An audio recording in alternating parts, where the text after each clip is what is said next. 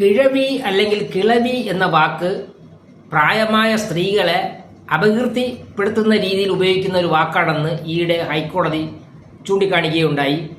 അങ്ങനെ ആരെങ്കിലും വിളിക്കുകയാണെങ്കിൽ അത് നിയമപരമായി കുറ്റകൃത്യമാണെന്നും ശിക്ഷാർഹമാണെന്നും കോടതി പറയുകയുണ്ടായി. ഈ കിളവി എന്ന വാക്ക് അല്ലെങ്കിൽ കിഴവി എന്ന വാക്ക് മലയാളത്തിൽ പണ്ടേ തന്നെ ഉപയോഗിക്കുന്നുണ്ട്.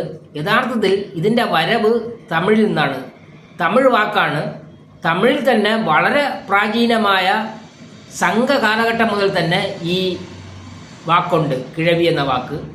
പല സംഘകൃതികളിലും ഇത് പറയുന്നുണ്ട്. പക്ഷെ അക്കാലത്തെ അർത്ഥം ഇതായിരുന്നില്ല. ഭാഷ എന്ന അർത്ഥത്തിൽ വാക്ക് എന്നൊക്കെ ആയിരുന്നു അതിൻ്റെ അർത്ഥം. പിന്നീട് എപ്പോഴോ ഇതിന് രൂപപരിണാമം വരികയും തമിഴിൽ തന്നെ പ്രായമായ സ്ത്രീകളെ ഉപയോഗിക്കുന്ന വാക്കായിട്ട് തന്നെ ഇത് നിലനിൽക്കുകയും ചെയ്തു. അത് പരിണാമപ്പെട്ടു വന്നത് തമിഴ് തന്നെ. മലയാളത്തിൽ വന്നപ്പോഴും ഈ പ്രായമായ സ്ത്രീകളെ തന്നെ ഉദ്ദേശിച്ച് ഈ വാക്ക് വരികയും പിന്നീട് ഇതൊരു അധിക്ഷേപ വാക്കായി മാറുകയുമാണ് ഉണ്ടായത്. പല വാക്കുകൾക്കുമുള്ള ദുര്യോഗം തന്നെയാണ് ഈ വാക്കിനും ഉണ്ടായത് എന്നാണ് ഭാഷാശാസ്ത്രജ്ഞർ ചൂണ്ടിക്കാണിക്കുന്നത്. ഇന്ന് സ്ത്രീകളെ പ്രായമായവരെ അധിക്ഷേപിക്കാൻ അങ്ങേയറ്റം പറയാവുന്ന ഒരു വാക്ക് കൂടിയാണ് ഈ കിഴവി എന്ന വാക്ക് അല്ലെങ്കിൽ കിളവി എന്ന വാക്ക്.